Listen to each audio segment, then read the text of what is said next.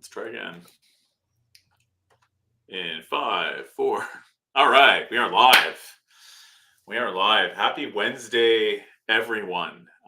Thanks for joining us. And if you are not joined us yet and you join us later on, a future forward thanks to you also. So this is Recruiting EQ, and we do this every week. I'm very happy to have our distinguished guest, Rob Chorney, joining us today. Thanks for being here, Rob. There's a couple things that have changed, actually. For any of you guys who've been following us so far, this is episode 24. We're mid-year, which means I've almost done one a week, which is crazy for our first year of video chats and all our video podcasts. We're now live on Facebook as well. Yay. So if you're watching this on Facebook, we've been doing this for a little while. You can join these events on LinkedIn. There will be links going out to our Facebook followers as well, but Facebook, YouTube, and LinkedIn at this point. This is Recruiting EQ episode 24, which is called How to Attract Happy and Successful Passive Candidates. It's a very hot topic. Again, a lot of these topics are really reactions to what I see, what we see at Raymond George, what our guests are seeing. So Rob, what you've seen as well out there. We have a comment section. We're not on LinkedIn right now, by the way, guys. So we have a comment section. If your comment is a little lengthy, unfortunately, it gets cut off here on our end. But do comment in the interest of preserving people's privacy and not getting you all in trouble for being on this podcast during work or whatever. We're not going to name anyone's names. So we will not name drop you, sadly, but or thankfully, depending. But we will read out your comments and address them. And there's been a lot of really good participation recently. So keep it coming. That's it. That's all the disclaimers I have. Rob, I'm so happy to have you here. How's it going? It's going great. Yeah, we're busy right now, which I think is a little bit contrary to some of what I have been hearing in the market, but I think it's more or less just the nature of our business, which if people are not familiar with what I do, please. I grew up in the staffing industry right here in Toronto and worked for two major national recruiting firms. And about 4.5 years ago, I decided that I wanted to do an offshore recruiting solution that reflected the values that I brought to the table, that addressed some of the common issues or complaints that I would hear from our users about offshore recruiting. And basically, that's what I've been doing for the past 4.5 years, is providing elite offshore recruiters to companies here in North America. And additional to that, about in 2023, early part of 2023, we were refining our internal software systems, just trying to become more streamlined. So we were already using Zoho, and we were working with various partners. Long story short, we hired an amazing Zoho developer consultant and started a new business, which allows us to provide custom Zoho solutions.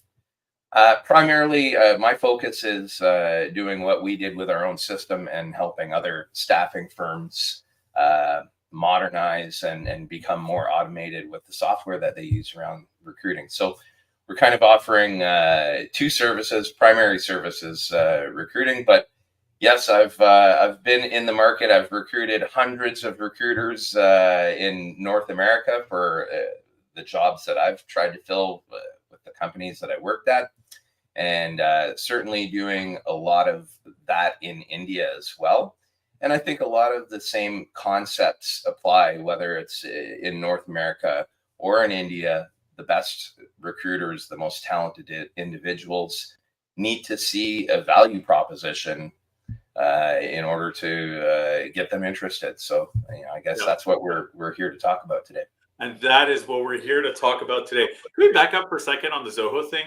First off, Rob, congrats on that. That's cool. And I think that's very I want to say future forward, but I do feel like that is, like we are just discussing before, the wave of the present really is to have a multi-service offering as an agency nowadays. One as well that helps with change management, modernizing, getting some AI implementation or just different tools.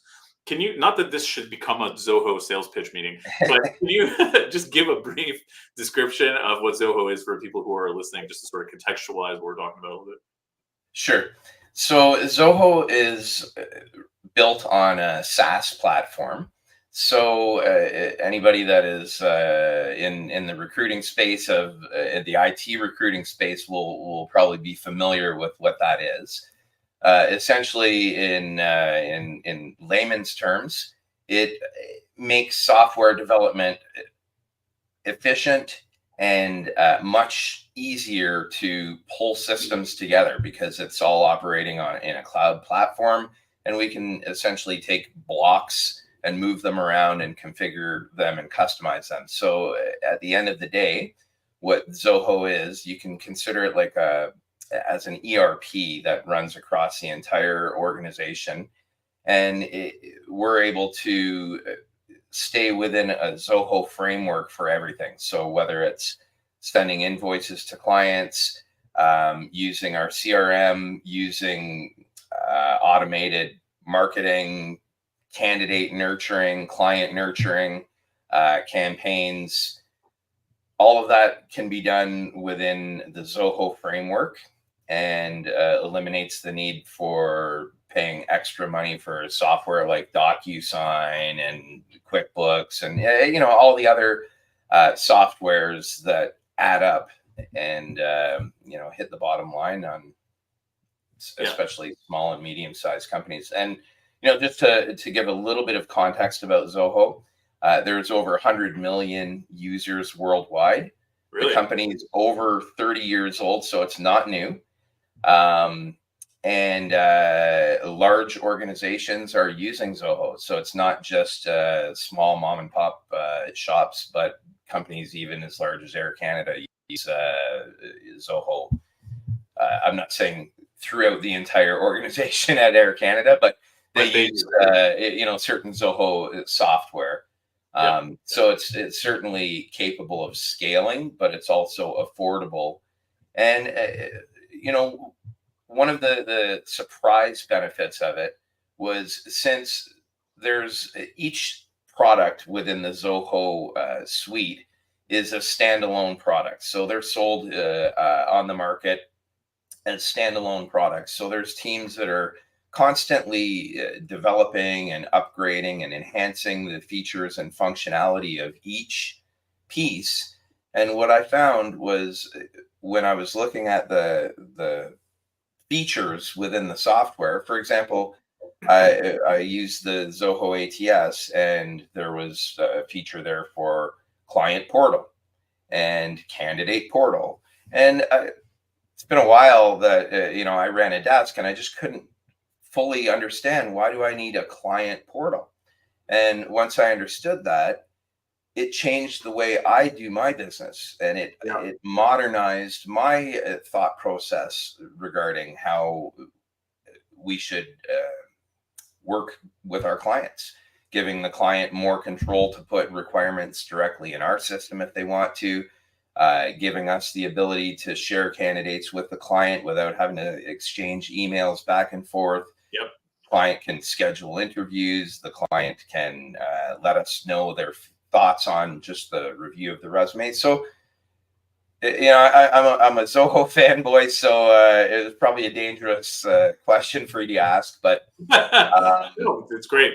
I think that this is another useful way to use this platform. I think too, is to talk about different solutions out there, because I do feel like the potential for your tech stack to be a messy, leaning Tower of Pisa and not so much a clean stack is huge. Like I can't tell you how many like web-based apps that we have gone through as a startup company over the years. Now we've consolidated things down even at our GC to be a little bit more focused.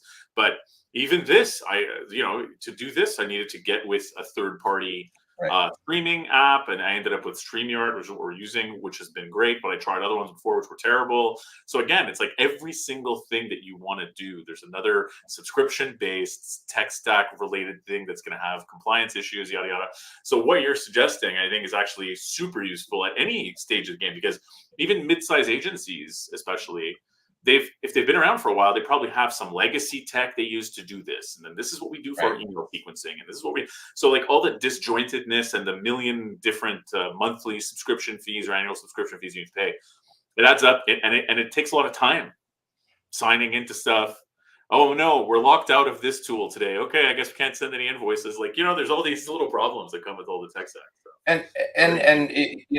think we're going to speak about this with respect to candidates and I call it candidate stickiness.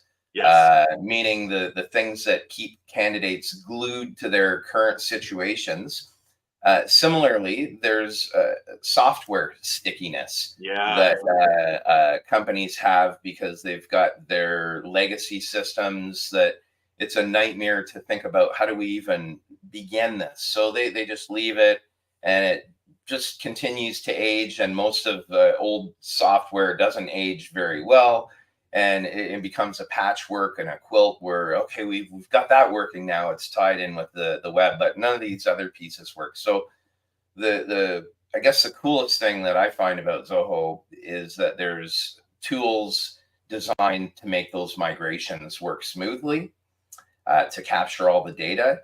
And most importantly, the way we approach it is we look at what are the systems that your company uses. We're not trying to make a client work the way we think they should work. We're trying to configure the system around their current workflows and making a system work with their existing workflows. Sometimes, they upgrade when they're in the process and they end up saying, well, we want to do this now or do that now. But essentially, it was that level of flexibility where we could allow clients to really customize how their system works for them. Well, yeah, I mean, this is where you enter into truly being like a consulting firm for recruiting agencies, which I think is attractive. I think that it's a buzzword, which we will get into as we hit this topic. It's a buzzword that some people use to differentiate themselves, but often I've got to change my. I'm looking a little pale.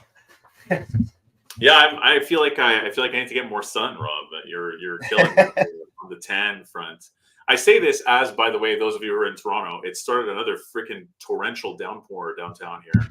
Yes. And it looks and feels a little bit like the one that put me out of power downtown and all of downtown out of power for hours. So I apologize in advance if I suddenly disappear from this, because there may not be any internet accessible without me leaving town and going to Rob's house.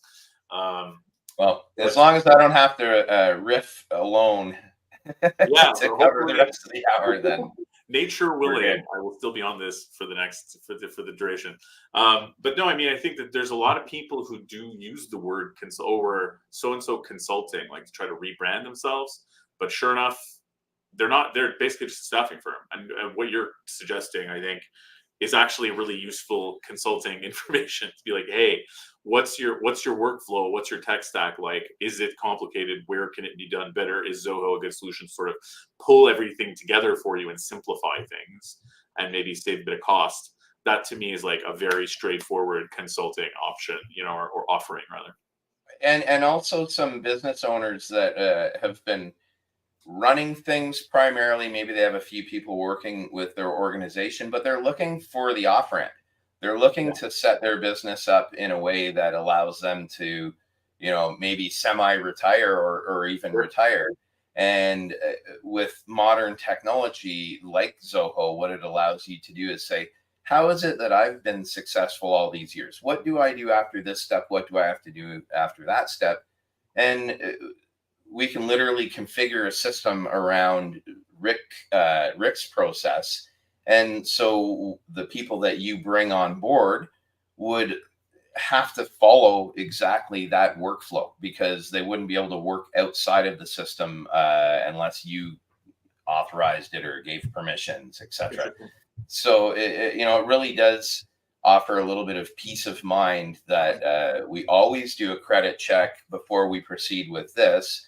And if you bake that into the system, perfect. Now, you know that you could be on vacation in Costa Rica and the team is not proceeding forward with new business of uncredit checked clients. Uncredit checked. Yeah, no, the mandatory things. No, that's great. That's great. And that is interesting. And again, I think very needed.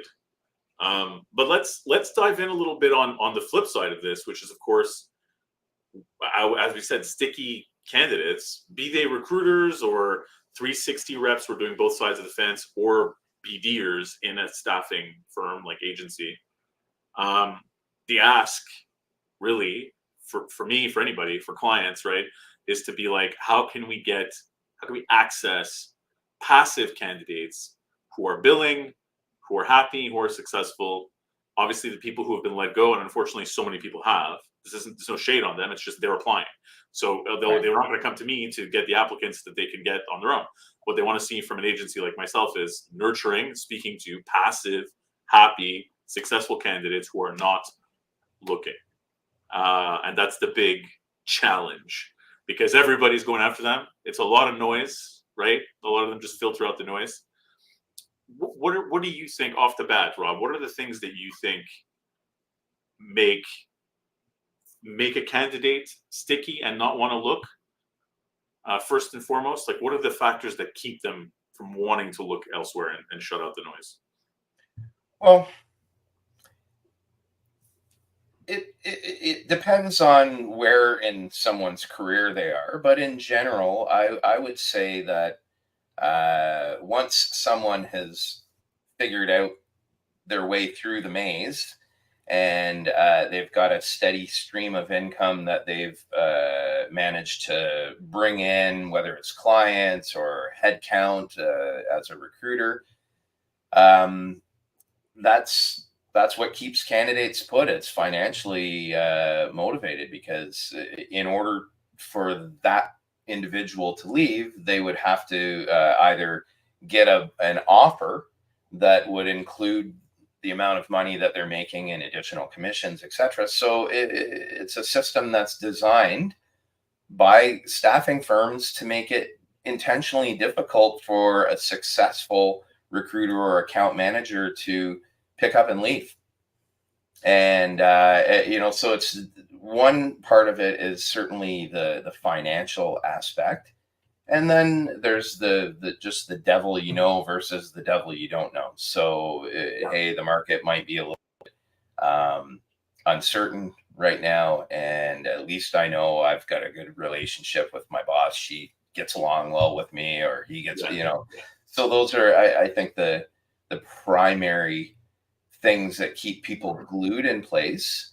And to be not to be overly general about it, but it is opportunity that looks and smells like a real opportunity for recruiters or account managers. So they hear a lot of noise, but if somebody can actually articulate a real value proposition, or show that they understand what the value of that particular individual is, I think there's a lot greater chance that it's going to be received well.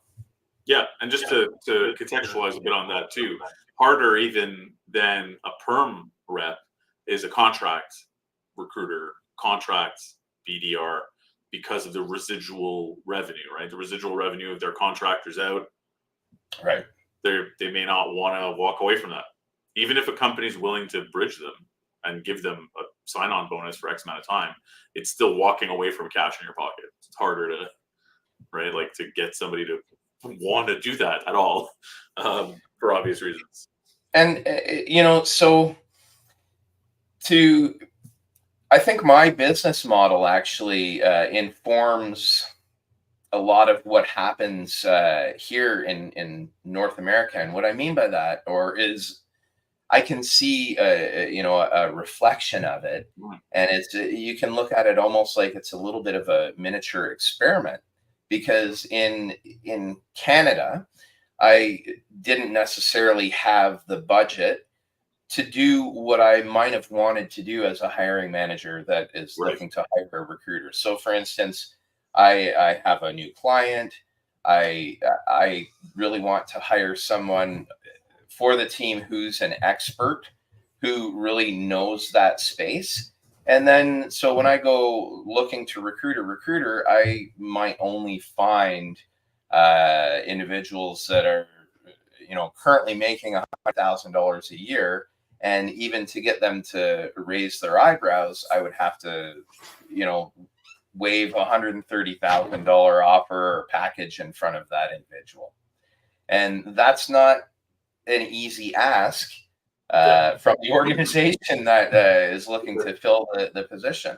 But in India, the way I approach it is that I can see what my client is looking for here in North America. So, for example, if I had a client that is recruiting oil and gas in Texas, we know that finding a recruiter that has recruited oil and gas in Texas is going to give a running head start over and above just a random recruiter that needs to figure out the market. So since the service that I'm offering is our clients understand exactly what we're doing. They understand that we are trying to go into the market and actually move somebody who is a productive oil and gas recruiter who's doing well. They're comfortable. So I can say that I have a lot of direct experience at taking people from that situation and trying to put a creative offer together to make them switch or jump over to our team. And so certainly financial incentive is one. And we do our utmost to create an environment that's attractive for recruiters, meaning our recruiters work from home, and the money that we save by not having to have office infrastructure and managers looking over the shoulders of each one of those recruiters, we reinvest into hiring more senior recruiters who were the managers before, recruiters who have the ability to manage themselves and stay motivated themselves. So thinking about how that translates to recruiters in North America, which I know you're very active in, and that's what you do. I don't think it is a lot different. I think at the end of the day, when clients' expectation is that they're going to be able to hire someone who can plug and play, then budget has to be a factor, and we need to look at every other profession there is. If you're the best in the business, then there's a premium that you get paid. And I think as someone who moves recruiters around, if you are doing your due diligence, which I know you guys do, and you're really finding the right talent, then it de-risks it for your clients. And by de-risking it, what it allows them to do is make more intelligent decisions about how do we put a package together to attract this individual. For sure. Sorry, Rob. You said something interesting before, which is, I think, really huge as well. And you've touched on this already a couple times during this conversation, is value propositioning. I think that's a huge factor. How do you feel that plays in, like, compared to other agencies that you're seeing out there? It feels to me like you've articulated a great value proposition today, just on what you're working on lately. I kind of feel like a lot of agencies aren't great at articulating their value, and maybe even haven't asked themselves some of those questions that you were saying earlier. Why have I been so successful all these years? What is it about me that makes me me? Even when you're diagnosing somebody for like a Zoho sort of upgrade or modernization, Right. those are the questions that you'd ask yourself if you're like, what's my value proposition? What makes us us, and why are we good? Do you get that feeling from a lot of agencies that it's just not really that articulated often, or how do you feel about that whole thing? I do, and something that I think has been happening is there's a lot of uncertainty. You can say there's a bit of an umbrella of uncertainty over the North American recruiting industry. Yeah. And I don't mean to sound bleak about it, No, but it's true. uncertainty just means people don't know, exactly. They can't predict Yeah. exactly where things are going to move. And I think that in itself, if people are worried about, is AI going to take this job or that job, and so on. So where you have businesses that are uncertain, there's opportunity to create clear value proposition uh, Interesting.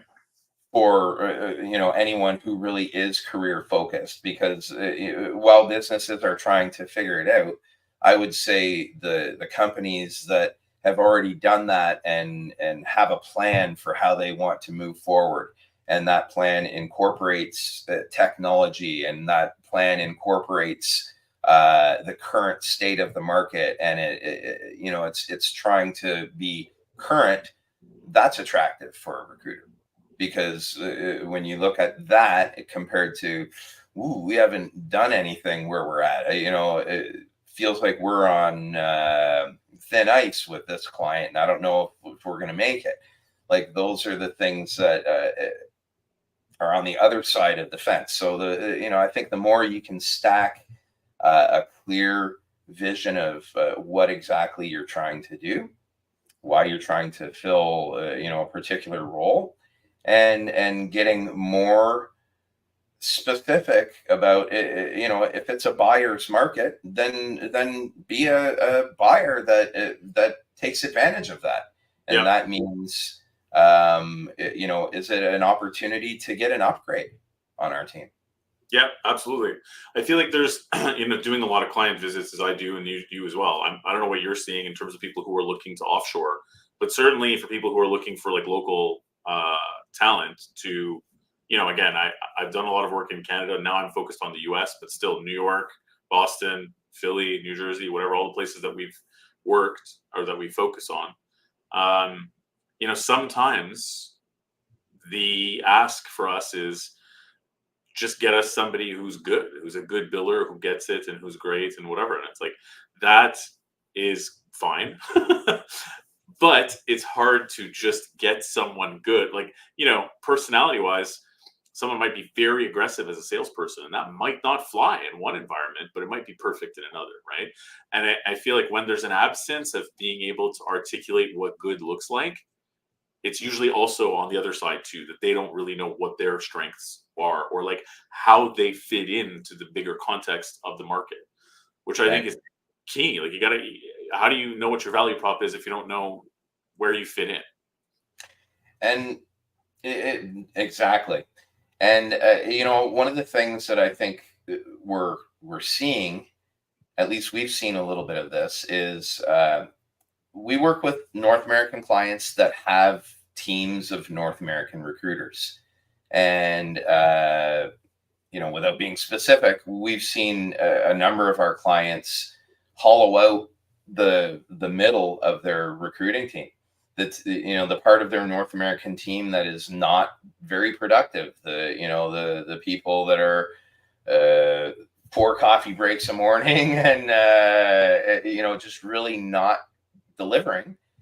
So what we've seen is some clients are eliminating that part of their lineup, doubling down on the best players on their team, and hybriding some of the front end of their recruiting. So we're able to replace the middle, and at a better cost, and put recruiters in many instances that are, as I said, currently productive, working on those accounts.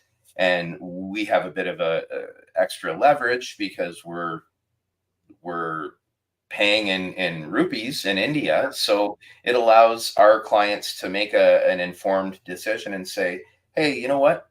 It's worth an extra $300 for me to know that I've just hired somebody that we verified the results and see that they've made 7 placements over the past 3 months. Yep, for sure. Right. And the investment is relatively low. Do you see that this is becoming, or do you see a future where this is the norm?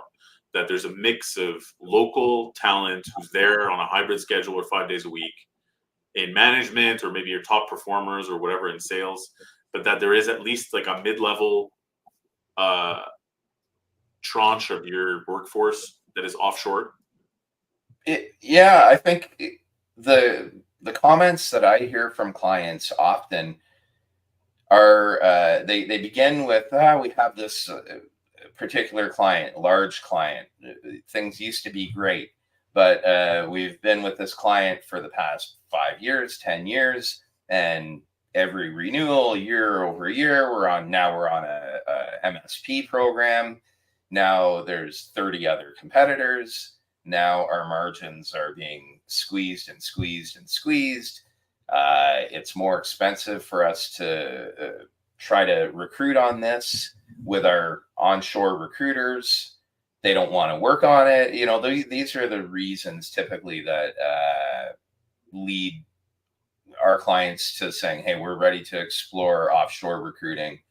And I don't think it's a secret that old school offshore recruiting doesn't necessarily have the greatest reputation. So that's kind of where we slid into the market, was somebody who really intimately understands and knows the North American market. I know what I wanted as a recruiting manager, and so that's what we deliver from India. So we built something specifically to satisfy discriminating clients like who I would be if I was on the receiving end. Yeah, for sure. Do you think, like, it seems like for a long time in North America, there's been two camps of hire for sales and recruiting people, right? There's been a lot of, especially the bigger firms, are kind of like machines for hiring grads or people with like 1 or 2 years in the workforce, maybe Right. a server somewhere or something, and then training them. Which I use the term loosely. I mean, I've heard some of people's trainings, and I used to train people, so I have opinions about it. But I've heard some people's trainings, and it's like, here's the system, here's the phone, here's a script, and that's their recruiting training, which obviously this is called recruiting EQ. I'm pointing above, but it might be below. It's called recruiting EQ. So I think there's more to it than that. And I'm sure you agree. And perhaps we can get to some of that later. But uh, that's one camp that I wonder if if we've passed the peak of that being a sustainable ROI option, even for the big shops, to just do so much because there's so much turnover. And how do you feel about that? Like, or is that the way to go, but just look at different factors, like not just getting a warm body who can fog up a mirror, as they say, and show up and learn, but someone who has the emotional, like, how do you feel about that level of Interesting. So I'll speak about it from my perspective as a North American recruiter. Sure. And I would say that I'm pretty old. So when I started Indeed. recruiting, it was a legitimate career path that I could see. I started out of maybe 4 or 5 years after graduating university, and I could see the people that were already working in the industry. Some of them had been there for 10, 15, 20 years at that time. And so that was enough to make me say, hey, if I apply myself and put my head down and try to figure this out, I can have a successful career in recruiting. Yeah. And that's kind of one thing that I touched on earlier, which I think that with that uncertainty, you have people accepting recruiting jobs and maybe they're able to do it, but deep down in the back of their mind, they might not feel that confidence that they're on a career path that they can stay on for the next 20 years. Yeah. And Yeah. so I think part of attracting those people is really putting yourself in their shoes and saying, are we doing something enough to attract these people? Would I want to leave the comfort of at least an environment that I've been successful and I know my colleagues for something uncertain that's maybe 10K more a year? That's It doesn't seem like a high probability proposition to Yeah. move someone, Yeah. right? It's So a good point. It's a good point, and like I think that, like you're saying, putting yourself in people's shoes is huge, because if we picture people who are entering into recruiting positions, or maybe they've been in there a year or two, the majority of the ask that I see from a rec to rec perspective is someone who's, let's say, 3 years in, 3 to 6 years in the business. So they've been trained, but they're not as high up on the chain. Like they're not a manager. They're not, you know what I mean? They still have some room to learn and grow. right, But attracting that person, this is somebody, if we picture what their life is like, this is someone who grew up in a very different world than you or I, who's grown up with the internet and, lots of different potential options that are not just getting a full-time job and staying at that company and moving up in that company. Like the online rhetoric is often having multiple revenue streams, trying to be, flexible, travel, blah, blah, blah. While you're a solopreneur, you have your Instagram or your Etsy, you have a day job that you work here and there. They aren't necessarily planning to work a full-time job at one place forever. They don't think that's worth it or realistic. So it's hard to get somebody who's been in there a few years without having a solid vision for, like, hey, this is why it's worth doing this for your future, right? Like, and I don't think that is always very well articulated, to put it yeah. mildly. I didn't really have that in my own mind until you asked me the question, and the more as you're discussing it, as I'm thinking about it, I think it's really, really, really important that if you are a current employer right now in the recruiting staffing industry, although it's hard work, it's necessary work. If you want that result of being able to put together A+ team or an all-star team, then uh, you have to have that infrastructure. People want to go play for the New York Yankees because of all the other accoutrements that come along with it. Exactly. And so, like, that's how we really need to think. We can't be naive and just assume that people want our job because we're offering it, or because it pays 5K more than we were able to budget last month when we tried to hire this position. Yeah. And you can, and this is no shade on the Robert Halfs of the world, but to use them as an easy target since they're giant, I think to a large extent, Robert Half is a company that their reputation is built on guys in fancy suits who've been there forever, who make a lot of money, and they sort of say, they almost come off like certainly in Toronto, it looks like a freaking law firm when you walk in there, and that's Right. fine. It's like this elevated business excellence sort of image, which I think is now like very disconnected from the lives of younger people. And I'll give a random example. We had someone at Raymond George who was great, by the way. This is not no shade on her, but I was training her to work with us, and she was doing a great job. And I was talking about different office environments, and she said, "I didn't say this earlier. I probably should have. I'm embarrassed to say it, but I've never been in an office." And I was just kind of like, "Oh, you've never been in a recruiting office? Well, no, that's fair. I know it's true." She's like, "No, I've never been in an office ever." I'm like, Wow. right. Okay. That's a whole nother thing that I didn't think about. Okay, we're doing client visits. We're going to go on, everybody. Let's go, kids. We're going on a field trip to just visit all our clients. And this is, of course, because COVID was a thing, right? Where people weren't going. So it's not built into the technology that people who are entering into the workforce and working in recruitment know or care what an office environment is at all, period, ever. When we're talking to them about this stuff, it might be, to use an old fashioned term, might be Greek to them. Like they might not understand a thing we're saying. So I feel like the articulation of the value prop, like why staffing, why is it cool to come into an office? What's that like even? why is it cooler than the other offices? Like, I think we have to walk it back. So, Right? so speaking of that, what are some of the cool things that you've seen out there? Is like you recruit recruiters, I recruit recruiters.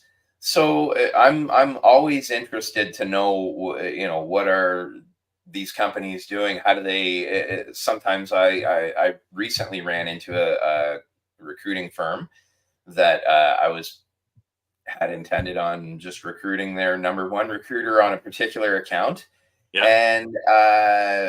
and expected it to happen as per usual, and it didn't, and I was surprised. So this was an Indian employer that was doing a great job of holding on to their clients, and so with some really specific tools, from it was benefits that they were offering, like, Yeah. and offering them in a strategic way that made it sort of motivating to be part of. um, and then of course, at the end of the day, there is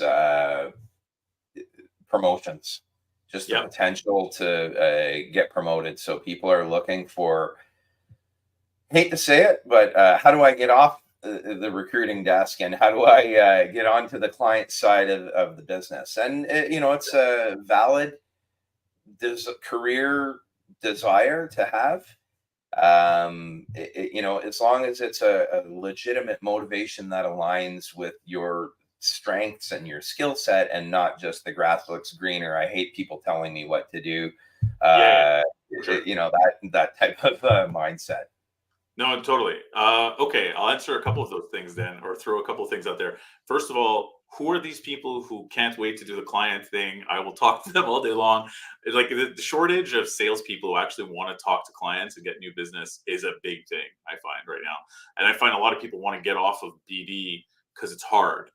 But my whole deep down, I believe that BD and recruitment doesn't have to be that hard. I just feel like there's not a lot of training and upskilling for real on the BD side ever. There's some recruitment training, yes, but usually BD training. I was spoiled maybe that I worked in tech sales in the early 2000s for like a California company that gave us training, sales training all the time, and it was fun. And they made sales fun, so maybe I'm lucky that way. But I think that there's a lack of that level of training to upskill these people. Once you put them as BDers, if they don't have success, it's like you don't have the grit, man. You don't have the balls or whatever, whatever language, aggressive language. Put aggressive thing here. But I mean, also maybe they just don't know what to do anymore. Who the hell knows what to do anymore? Like, if you call people, do you show up? Do you send them an email? What works? It's crazy now, right? Um, but Yeah. so things I've seen that are cool, that are working, are there's the culture people who really invest in culture. Like, I have a client in New York. They are right at Rockefeller Plaza. They're right next to NBC Studios. They like people who are really sort of creative background, even though they mostly do financial services and IT stuff. They make it a really fun environment. It feels like you're in a marketing office. It looks cool. It's in a great part of New York City. They do events together. Like in the summer, they did adult summer camp, Mm, which basically means that they, got I'm drunk. down. Yeah, got drunk and canoed, archery, like all the things you would do at summer camp together. It's a longer lunch if you go to the gym with everybody. They have like a meditation and chill room, like a mental health room if you're having a bad day. You know what I mean? Just stuff like that that makes them a tight knit team. So you're always doing events together. You're not talking to guys like me Right. poaching you, right? So they're culture driven. Then there's the other people who, no, some of them are doing full education support. Like, we'll fully reimburse all your tuition, kind of unlimited for like these big programs, and then your master's degree and so on. So you're kind of stuck in there, right? Because they're paying for your education and your betterment. Those tend to be larger companies, but that's a big deal to some people. In staffing, there's almost no focus on education. Um, doesn't necessarily help you in a staffing environment, so a lot of people don't pay for it.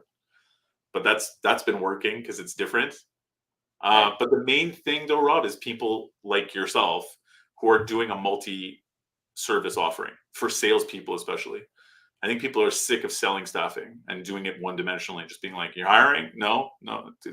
Neither is anybody else. You wanna go grab lunch?" Because it's like, what are you Right. supposed to say? No one's hiring in in your field and you focus just on that all the time, it's hard to know what to do. So having a software-based offering, change management, consulting, that seems to make salespeople light right up. They're like, "What? I don't have to have the same conversation every day. Sign me up." I think people that are drawn to recruiting are interested in, if they've been at it for any length of time, it would be hard to not be attracted to, hey, this person's really good at it, really successful. I'm in the same profession. And if I can exchange ideas or scenarios where I can pick their brain, some companies are just a lot better at creating environments that do that. They allow the best to show off and feel great about sharing their information, and they create situations where intermediate and junior people feel honored that they have an environment that has such talented people in it that are willing to share. So those are things that they're free for any organization to do. It's just but they're valuable, and they really do upgrade the entire team when you have people who are great at the job, motivated to share and sort of pass their knowledge on to other people on the team. So we do see that in the most attractive environments, they have that type of infrastructure in place. Yep, for sure.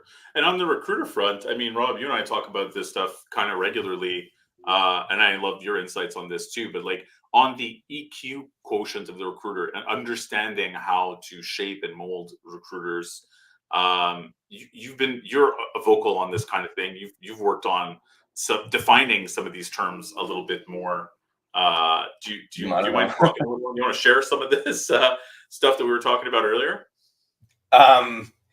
Yeah, so probably about 8 years ago, when I was plopped in to Bangalore, and I was in a training room with a room packed full of recruiters, and my job was to teach these fresh college grads how to be recruiters. So one of the things that it just occurred to me was, do they hear the same thing that I hear when a candidate tells me, hey, it's a family emergency, or I need to discuss it with my wife, or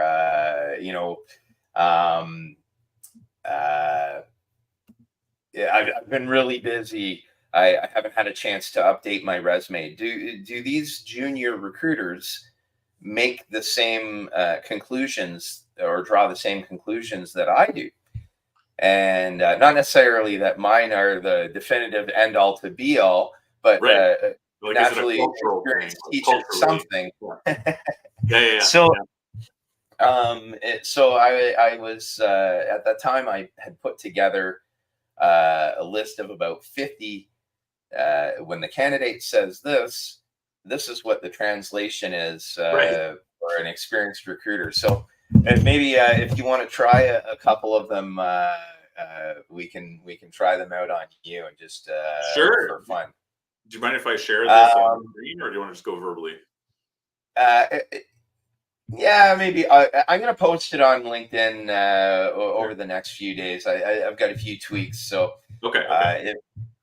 if anybody has any comments to add, then I'd appreciate the Yeah, tips, please do. suggestions, anything that'll help me make it better. But when you hear somebody say, "What should my expected rate be?" Yeah. Usually this is when you, the recruiter, asks the candidate, "Hey, Rick, so what is your expectation?" And then instead of answering that, the candidate says, "Well, what should it be? What is the client looking to pay?" What do you think about that? I mean, depending on the candidate I'm talking to, I either think that they don't think that they make enough money, so they're trying to see how high it'll go, Or on the flip side, I feel like if they are relatively senior, they've decided that I'm a terrible recruiter and I'm going to try to get them into an entry level job, and they want to test to see if I know what they should be making. Yeah. Exactly. So it could mean exactly what it means on the surface, and but it can also mean I just need to test you. Yeah. Um, what about you? You've been trying to work with a candidate. Candidate, she looks like a great fit for the role, or he looks perfect, and you say, okay, can you just add that little bit of experience that we talked about to your resume so I can send it out to the client? Day passes, you call that candidate back. Hey, have you had a chance to add that to your resume? No, I've just been really busy lately. I mean, yeah, that's either like I was lying, I don't totally do that even, or I really don't care about this job. That's Yeah, what I do. so that's usually um, what I would think about is it important enough to the candidate? And so that's sort of, as a junior recruiter, you can easily miss that and just say, hi, he's been really busy or she's been really Yeah, busy. And but as a more experienced recruiter, that alerts me that I need to maybe approach it differently and say, hey, Rick, let's just review why exactly we think you're a good fit for this again. Like, yeah. how does it compare to the other things? So I might just go back to zero again and start in fresh to verify that hey, we've got an interested candidate and we're not wasting time. It's funny you say that, Rob. One of my old manager, when in my first recruiting job, he used to suggest, he was like, if you can detect that the person is not really excited about the job, but they say, yeah, yeah, yeah, they want to go to the interview, give them a task. That was what it was. Give them a task. See if they do the Right. task for that exact reason. To like try to on purpose get to see like, do you even really give a crap about this at all? Kind of thing. I've got a good one. Hit me. The surprise offer taker. As a recruiter, I'm sure we've all had that, right? So I never expected to get an offer. I interviewed 6 months ago, and just over the weekend on Saturday. I know you Somehow. spoke with me on Friday and sent me the job offer, but on Yeah. Saturday afternoon, I got a call and they made me an offer that I couldn't refuse, and I've signed it already. I'm out Yeah. of the market. Yeah. I signed it. I've done my background check and references already somehow between. Yeah. That's a heartbreaker, Rob. This is a you're opening wounds. It's almost too soon.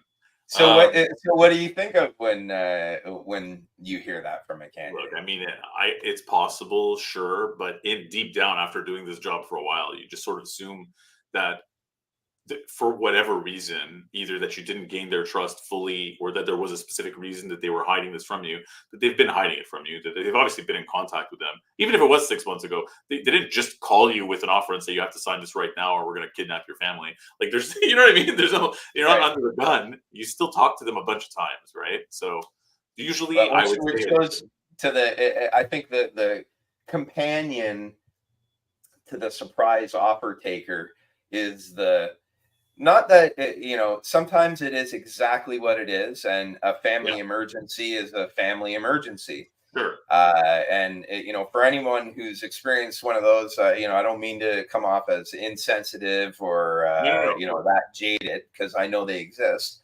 But as an experienced recruiter, it's also an inside recruiting joke that it was a family emergency. And generally speaking, we know what that might mean. So when I hear recruiters getting family emergency excuses, um, I usually can't resist. I have to assert myself, and let's go through it, because I think understanding why you're getting the family emergency objection can make someone a better recruiter, right? When I have a candidate that at the last minute they accept another offer, that just tells me that I didn't get close enough to that candidate throughout the process. For sure. They didn't feel like that they were hanging out with their brother on the Yeah. phone who was giving them the best advice he possibly could have, and so it was my fault. and it's natural to be filled with disappointment and anger and all the other things that go along with that type of turn down. But if you want to be a good, healthy recruiter and a successful recruiter in today's market, I'd say in any market, the right thought process is, why didn't I have that level of rapport? Why For didn't they sure. feel, they could have told me that something else was cooking and that they might have actually liked it better? No, you're totally right, Rob. And, the thing is, it's harder. I find it's a little bit more challenging to build rapport with everybody than it used to be. Maybe because, again, I was doing stuff locally, and it was all like you're able to see people face to face. It's easier face to face.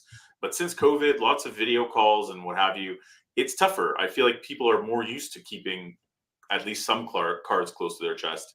But you're right. I mean, I also feel like recruiters are not asking themselves that question as much, myself included, as much as I used to.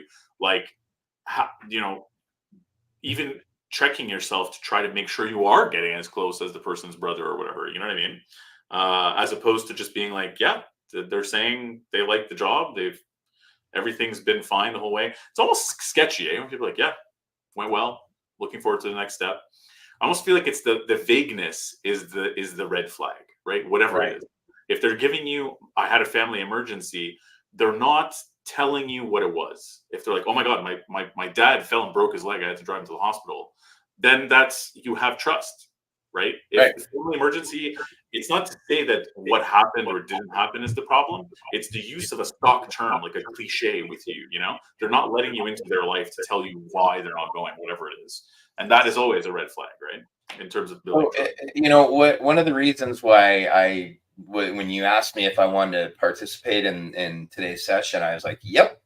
Um, because I've always enjoyed conversations that are, digging a little bit deeper and looking at sort of what's below the surface. And as a recruiter, um, the the training that was most impactful and what informed the way I approached recruiting in the future were often discovered in conversations like this. What do you say when a candidate says that to you? Well, Yeah. here's what I say.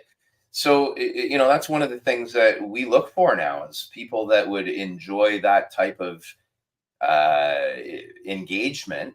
And we know that it leads to fast development. People learn quickly when they're interested versus we've developed 80 hours of intense recruiting training that is Yeah. self-directed. You click through here and take the exams at the end and you get certified. That is not nearly as effective as talking, Yeah. It's batting it true. around.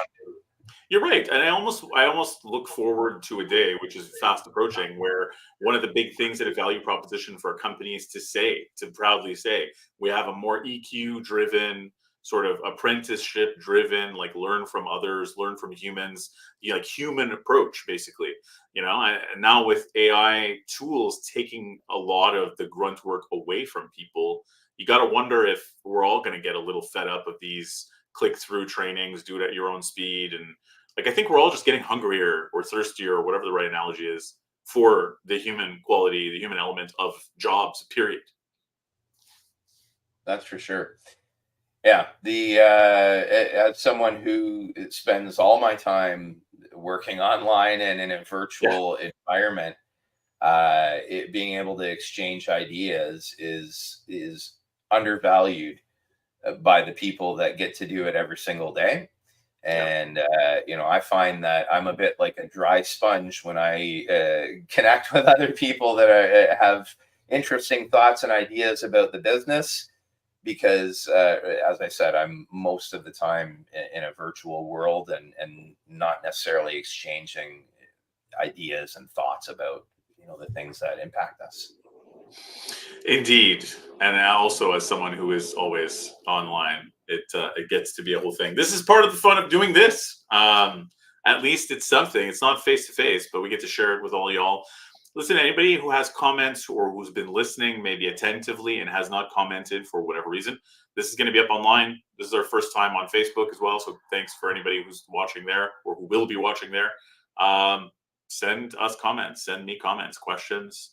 And Rob, I'll definitely link over this post because I love the whole translating the answers. It's a bit of a dead art, the translating the stock answers, and I do thank you for bringing that to the table. So yeah, I promise a nice long comprehensive list, and there'll be some laughs in there for anybody that goes through it. Amazing. Well, thanks, All right. Rob, and thanks everybody for joining us. And join us next week at noon. Tell your friends, share the link. Talk to you soon. All right, take care. Cheers.